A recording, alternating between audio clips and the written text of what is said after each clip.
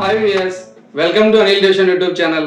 So ఈ రోజు మనం ఈ వీడియోలో ఎలక్షన్ కోడ్ ఆఫ్ కండక్ట్ అంటే మోడల్ కోడ్ ఆఫ్ కండక్ట్ అంటే ఏంటి. సో మన ఆంధ్రప్రదేశ్లో ఆల్రెడీ ఎలక్షన్ కోడ్ అనేది స్టార్ట్ అయింది. ఈ యొక్క ఎలక్షన్ కోడ్కి సంబంధించి అసలు ఈ యొక్క ఎలక్షన్ కోడ్ గురించి మాకు ఎందుకు అవసరం, ఈ యొక్క ఎలక్షన్ కోడ్ అనేది కేవలం రాజకీయ పార్టీలకు సంబంధించింది లేదా ఎవరైతే యొక్క రాజకీయాలకు సంబంధించినటువంటి వాళ్ళు తిరుగుతున్నారో వాళ్ళకి సంబంధించిందే కదా. సో భారతీయ పౌరుడిగా మేము ఎందుకు తెలుసుకోవాలి అని చాలా మంది అనుకుంటున్నారు. కానీ ఈ యొక్క ఎలక్షన్ కోడ్ అనేది అంటే ఏంటంటే ఈ యొక్క ఎంసీసీ ఏదైతే ఉందో మోడల్ కోడ్ ఆఫ్ కండక్ట్ అనేది కేవలం రాజకీయ పార్టీలు అదేవిధంగా రాజకీయ నాయకులు మాత్రమే కాదు, ఎవరైతే సగటు భారతీయుడు ఉన్నాడో ఆ భారతీయ పౌరులందరూ కూడా తెలుసుకోవాల్సిన అవసరం ఎంతైనా ఉంది. సో ఎందుకంటే దీనికి సంబంధించి మీకు ఒక ఎగ్జాంపుల్ చెప్తా చూడండి. ఈ రోజు ఏంటంటే మనకు తెలిసిన వాళ్ళు ఒకళ్ళు వాళ్ళ యొక్క కారులో సమ్ అమౌంట్ అంటే ఇంచుమించు ఒక 70,000 రూపాయలు అనేది వాళ్ళ కారులో తీసుకువెళ్తూ ఉన్నారు. సో అప్పుడు ఏం జరిగిందంటే అక్కడ ఒక చెక్ పోస్ట్ దగ్గర అక్కడ ఉన్నటువంటి అధికారులు ఆ అమౌంట్ చెక్ చేసి వాళ్ళు సీజ్ చేయడం జరిగింది. సో ఎందుకంటే వాళ్ళ దగ్గర ఆ డబ్బులకు సంబంధించి ఎటువంటి పత్రాలు కానీ ఆ డబ్బులకు సంబంధించి ఎటువంటి ఆధారాలు కూడా లేకపోవడం వల్ల ఆ డబ్బును వాళ్ళు తీసుకోవడం జరిగింది. సో దీనికి సంబంధించి వాళ్ళు ఏం చేయాలో తెలియడం లేదు. సో మీరు కూడా సరే ఎవరైనా సరే మీలో కనుక ఈ యొక్క ఎలక్షన్ కోడ్ గురించి తెలియకపోయినా లేదా ఈ యొక్క ఎంసీసీ అంటే మోడల్ కోడ్ ఆఫ్ కండక్ట్ గురించి తెలియకపోతే కనుక ఈ వీడియోని పూర్తిగా ఎండ్ వరకు చూడండి. సో మీరు కనుక మొట్టమొదటిసారి కనుక మన ఛానల్ చూస్తున్నట్లయితే కంపల్సరీగా సబ్స్క్రైబ్ చేసుకోండి. ఈ వీడియో నచ్చితే కనుక మీ ఫ్రెండ్స్ అండ్ ఫ్యామిలీ మెంబర్స్ అందరికీ కూడా షేర్ చేయండి. సో అసలు ఈ యొక్క ఎంసీసీ అంటే ఏంటంటే తెలుగులో దీన్ని ఎన్నికల నియమాల ప్రవర్తనావళి అంటారు. అంటే ఏంటంటే ఎలక్షన్ కోడ్ ఎప్పుడైతే స్టార్ట్ అయ్యిందో అంటే ఎలక్షన్ షెడ్యూల్ అనేది మనకి సెంట్రల్ గవర్నమెంట్ వారు పలానా టైంలో రిలీజ్ చేస్తారన్నమాట. సో ఆ రిలీజ్ చేసినప్పుడు ఎప్పుడైతే రిలీజ్ చేశారో ఆ రోజు నుంచి మనకి ఎలక్షన్ కోడ్ అనేది అమల్లోకి వస్తుంది. ఈ యొక్క ఎలక్షన్ కోడ్ అనేది అమల్లోకి వచ్చినప్పుడు మీరు ముఖ్యంగా పాటించవలసినటువంటి విషయాలు ఇవి నేను ఫస్ట్ ఏంటంటే దీంట్లో నేను రాజకీయ నాయకులు చెప్పట్లేదు, ఎవరైతే సగటు భారతీయ పౌరులు ఉన్నారో అంటే మనందరం సగటు భారతీయ పౌరులమే కాబట్టి మనందరికీ వర్తించే విషయాలు ఏంటంటే చూడండి. ఫస్ట్ ఆఫ్ ఆల్ ఏంటంటే మీరు ఎప్పుడు కూడా ఏంటంటే మీ దగ్గర 50,000 రూపాయలు మించి కూడా క్యాష్ ఎప్పుడు కూడా మీ దగ్గర ఉండకూడదు. ఒకవేళ కనుక ఎట్టి పరిస్థితుల్లో సరే ఒకవేళ కనుక ఎవరిదైనా మ్యారేజ్ అవుతుంది, ఫర్ ఎగ్జాంపుల్ మీ అమ్మాయిదో లేదా మీ చుట్టాల్లో తెలిసినటువంటి వాళ్ళది ఆ మ్యారేజ్ ఆల్రెడీ ఫిక్స్ అయింది. సో దీనికి సంబంధించి మీరు కట్నం కింద ఏదో డౌరీ కింద గిఫ్ట్ ఇవ్వాలని చెప్పి మీరు మీ దగ్గర ఒక బంగారం ఒక 6-7 కాసులు బంగారమో లేకపోతే సమ్ అమౌంట్ ఆఫ్ క్యాష్ అనేది మీరు లిక్విడ్ క్యాష్ అనేది బై హ్యాండ్ తో మీరు తీసుకుని వెళ్ళడం జరుగుతుంది అనుకుందాం. సో జరిగినప్పుడు అక్కడ ఎవరి దగ్గరైనా సరే చెక్ పోస్ట్ దగ్గర కనుక మిమ్మల్ని ఆపి దానికి సంబంధించినటువంటి రుజువుకు సంబంధించిన పత్రాలు కానీ డాక్యుమెంట్స్ కానీ ఏమైనా లేవని అడిగారు అనుకో, అప్పుడు మీరు ఏం చెప్తారు? సో మీరు చెప్పలేరు కదా, అంటే పెళ్లికి సంబంధించినటువంటి క్యాష్ అండి ఇది లేకపోతే పలానా అమౌంట్ అనేది మాకు ఎలా వచ్చిందని చెప్పి మీ దగ్గర అప్పుడు సరైన ఆధారాలు ఉండవు. కాబట్టి ఖచ్చితంగా అక్కడ ఉన్నటువంటి ఎలక్షన్ కమిషన్ వాళ్ళు ఏం చేస్తారంటే ఆ అమౌంట్ ని సీజ్ చేయడం జరుగుతుంది. అంటే ఏంటంటే ఆ అమౌంట్ అనేది లెక్కల్లో లేని మనీ కింద వాళ్ళు జమ చేయడం జరుగుతుంది. కాబట్టి ఒకవేళ కనుక మీరు ఏదైనా సరే హాస్పిటల్కి సంబంధించి బిల్ అంటే మీ వాళ్ళు ఎవరో హాస్పిటల్లో ఉన్నారు, దానికి సంబంధించి మీరు ఏదో ఒక ఆపరేషన్ సంబంధించి మీరు అమౌంట్ అనేది 1,00,000 రూపాయలు లేదా సమ్ అమౌంట్ అనేది మీరు తీసుకెళ్తున్నారు.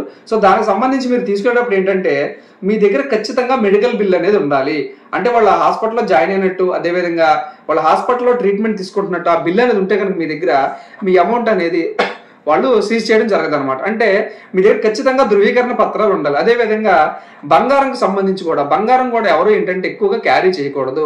ఒకవేళ కనుక మీ దగ్గర కనుక బంగారం ఉంటే కనుక దానికి సంబంధించి ఖచ్చితంగా ఆధారాలు అనేవి మీరు తీసుకున్న తర్వాతే ఎక్కువ బంగారం ఉండాలి. అంటే ప్రస్తుతం ఆల్రెడీ లేడీస్ దగ్గర ఎంతో కొంత బంగారం వాళ్ళు పెట్టుకుని ఉంటారు కాబట్టి ఆ బంగారం లెక్కలోకి రాదు. ఇంచుమించు మీరు కనుక ఒక 5 కాసులు పైబడి కానీ లేకపోతే 6 కాసులు పైబడి కానీ మీరు బంగారం కనుక తీసుకువెళ్ళాలని ఖచ్చితంగా దాన్ని కూడా మీరు ఎలక్షన్ కమిషన్ వరకు లెక్క చెప్పాల్సి ఉంటుంది.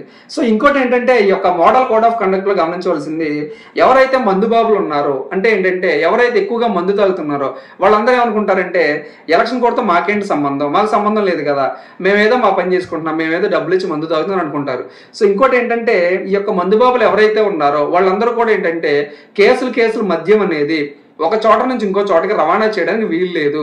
అంటే 1-2 వాళ్ళు తాగే ఏవైతే ఉన్నాయో అవి తప్ప 2 నుంచి 3 కేసులు అదేవిధంగా 4 కేసులు ఒక రాష్ట్రం నుంచి వేరొక రాష్ట్రానికి లేదా ఒక చోట నుంచి ఇంకొక చోటకి వాళ్ళు ఎట్టి పరిస్థితుల్లో రవాణా కింద అటువంటి మద్యాన్ని వాళ్ళు తీసుకెళ్ళకూడదు. ఎందుకంటే ఆ విధంగా మద్యం కూడా తీసుకెళ్తుంటే ఏమవుతుందంటే అది రాజకీయ ప్రలోభాల కింద గురయ్యి సో అది కూడా ఏంటంటే ఎన్నికల నియమాల ప్రవర్తన వాళ్ళ కింద వస్తుంది. కాబట్టి అటువంటి మద్యాన్ని కూడా ఎప్పుడు కూడా ఒక చోట ఎక్కువ మద్యాన్ని మీరు తీసుకెళ్ళకూడదు అనమాట. ఇంకోటి ఏంటంటే మెయిన్ చెప్పుకోవాల్సిన ఏంటంటే ప్రభుత్వ సిబ్బంది ఎవరైతే ఉన్నారో వాళ్ళందరూ కూడా ఎలక్షన్ కమిషన్ పరిధిలోకి వస్తారు.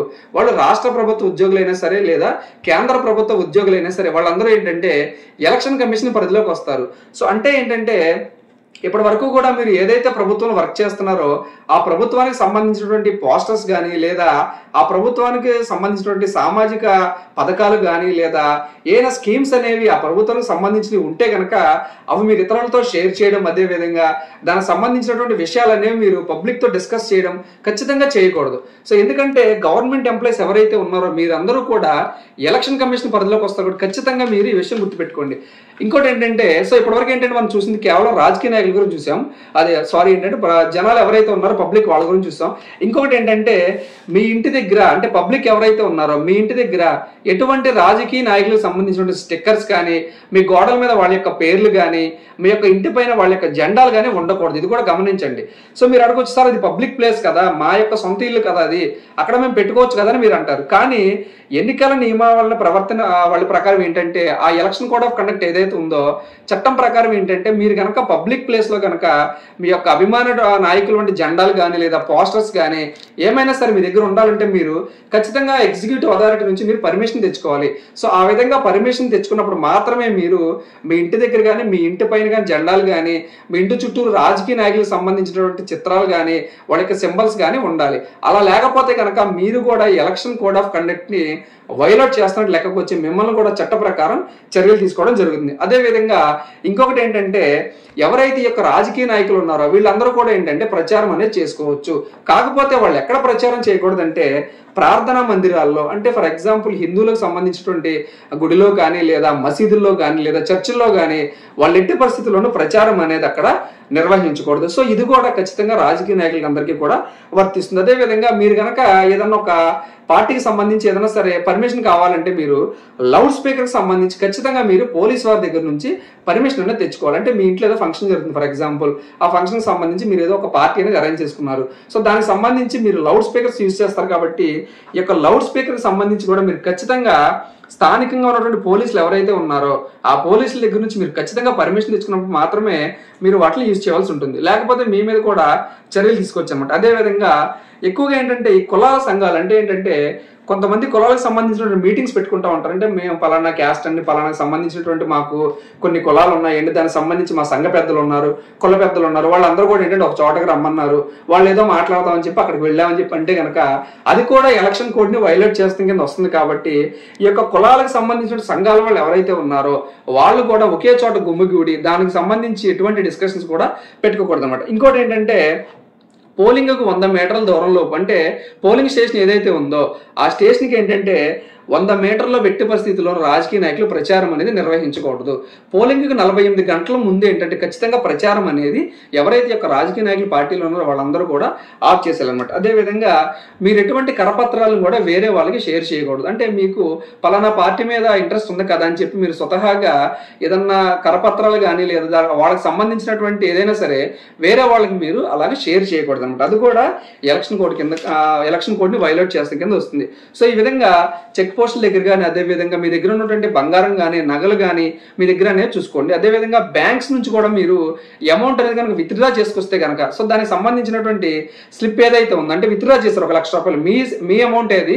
సో కానీ ఏంటంటే బ్యాంక్ నుంచి విత్డ్రా చేస్తారు 1 లక్ష రూపాయలు. మీరు పట్టుకెళ్తున్నప్పుడు ఏం చేయాలంటే ఆ బ్యాంక్ స్లిప్ ఏదైతే ఉందో విత్డ్రా చేసింది ఆ స్లిప్ మీ దగ్గర పెట్టుకోండి. ఆ స్లిప్ మీ దగ్గర పెట్టుకుంటే కనుక మిమ్మల్ని ఎవరు కూడా ఆపరనమాట. సో ఇదనమాట ఈ యొక్క ఎలక్షన్ కోడ్కి సంబంధించినటువంటి ఇంపార్టెంట్ సమాచారం అనమాట. సో ఈ సమాచారం ప్రకారం ఏంటంటే ఎవరైతే సాధారణ పౌరులు ఉన్నారో వాళ్ళు మాత్రమే కాకుండా ప్రభుత్వ ఉద్యోగులతో పాటు ఎవరైతే రాజకీయ నాయకులు ఉన్నారో వాళ్ళు కూడా ఎలక్షన్ కోడ్ కండక్ట్ అంటే సెంట్రల్ ఎలక్షన్ కమిషన్ ఏదైతే ఉందో ఆ కమిషన్ పరిధిలోకి వస్తారు. కాబట్టి అందరూ కూడా జాగ్రత్తగా ఉండండి. సో ఎందుకంటే మన భారతదేశ ప్రజాస్వామ్యంలో ఈ యొక్క ఎన్నికలు అనేవి స్వేచ్ఛాయుత వాతావరణంలో జరగాలి, అంటే ఫ్రీ అండ్ ఫెయిర్ ఎలక్షన్స్ జరగాలి. కాబట్టి ఈ ఎలక్షన్స్ అందరూ కూడా సహకరించి మన భారతదేశం ఎలక్షన్స్ కూడా ప్రతి ఒక్కళ్ళు కూడా సహకరించడం, అదేవిధంగా ఈ విధంగా సహకరించడం వల్ల మీరు మన ప్రజాస్వామ్యంలో అందరూ కూడా ఓటు వేయచ్చు అనమాట. సో ఇదనమాట ఈ యొక్క ఎలక్షన్ కోడ్కి సంబంధించినటువంటి ఇంపార్టెంట్ ఇన్ఫర్మేషన్. సో వీడియో నచ్చిందా మీ ఫ్రెండ్స్ అందరికీ కూడా షేర్ చేయండి. ఫైనల్గా మన ఛానల్ని సబ్స్క్రైబ్ చేసుకోండి. Thank you.